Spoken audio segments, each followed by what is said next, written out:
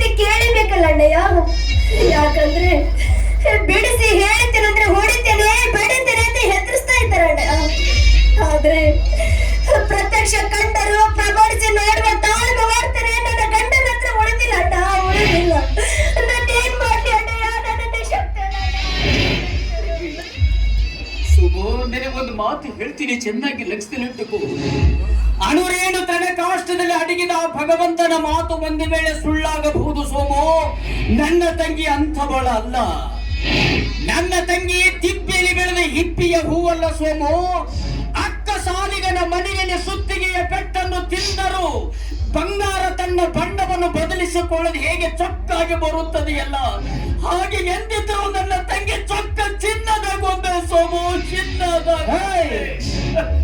ನಿನ್ನ ಚೊಕ್ಕ ಚಿನ್ನದ ಗೊಂಬೆಯನ್ನ ಕಟ್ಟಿಕೊಂಡು ಮೊದಲು ಹೊರ ಬೀಳ್ತೀವೋ ಏನಿಂದ ನೀನೇ ಪ್ರಯೋಜನ ಹೇಳ್ತೀವೋ? ಹೋಗ್ತೀನಿ ಯಜಮಾನ್ರೆ, ಅಲ್ಲಿ ಸೀಟ್ ಖಾಲಿ ಇದೆ, ಕೂತ್ಕೊ ಹೋಗಿ. ನನಗೆ ಈ ರೀತಿ ಮಾತಾಡ್ತೀಯಾ? ಕೇಳಿಯ ಸೋಮು? ಸೋಮು ರಕ್ಕಸ ಕೊಳದಲ್ಲಿ ಬಿದ್ದು ಬುದ್ಧಿಹೀನನಾಗಿದ್ದಾನೆ. ಅವನ ತಲೆಯಲ್ಲಿ ಸ್ಮೃತಿ ಬಂದಾಗ ಮತ್ತೆ ಈ ಮನೆಗೆ ಅವನ ಸತಿಯಾಗಿ ಬರುವಿಗೆಂತೆ. ನಡೆ ನನ್ನ ಜೊತೆಯಲ್ಲಿ. ಎಲ್ಲಿಗೆ ಅಣ್ಣ? ನಡೆಯ ಮಾತವರಿಗೆ ನಡೆ, ಹೋಗೋಣ. ನಾನು ಬರುವುದಿಲ್ಲ ಅಣ್ಣ. ಯಾಕಂದ್ರೆ ಮದುವೆಗಿಂತ ಮುಂಚೆ ತವರ ಮನೆ ಹೆಣ್ಣು, ಮದುವೆ ಆದ್ಮೇಲೆ ಗಂಡನ ಮನೆಯ ಕಣ್ಣು ಅಣ್ಣ.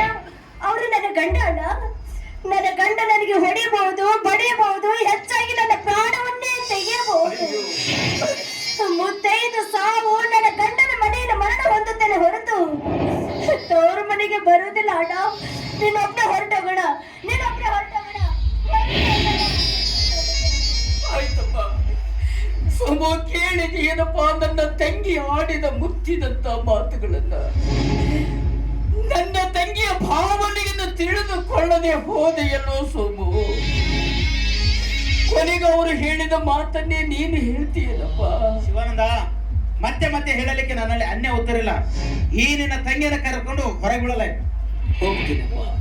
ಅದಕ್ಕಾಗಿ ಬಲ್ಲವರು ಒಂದು ಮಾತು ಹೇಳಿದ್ದಾರೆ, ನಿಮ್ಮಂತ ಶ್ರೀಮಂತರಿಗೆ ಹೆಣ್ಣು ಕೊಡಬಾರದು, ಗೊಡ್ಡೆಮ್ಮೆಗೆ ಹಿಂಡಿ ತಿನ್ನಿಸಬಾರದು ಅಂತ ಹೇಳಿದಾರಮ್ಮ. ಯಾಕಂದ್ರೆ ನಮ್ಮಂತ ಬಡವರು ನಿಮ್ಮಂತ ಶ್ರೀಮಂತರಿಗೆ ಹೆಣ್ಣು ಕೊಟ್ಟರೆ ಬೆಲೆ ಕೊಡುವುದಿಲ್ಲ, ಗೊಡ್ಡೆಮ್ಮೆಗೆ ಹಿಂಡಿ ತಿನ್ನಿಸಲು ಎಂದೆಂದಿಗೂ ಹಾಲು ಕೊಡುವುದಿಲ್ಲ. ಬರ್ತೀನಿ.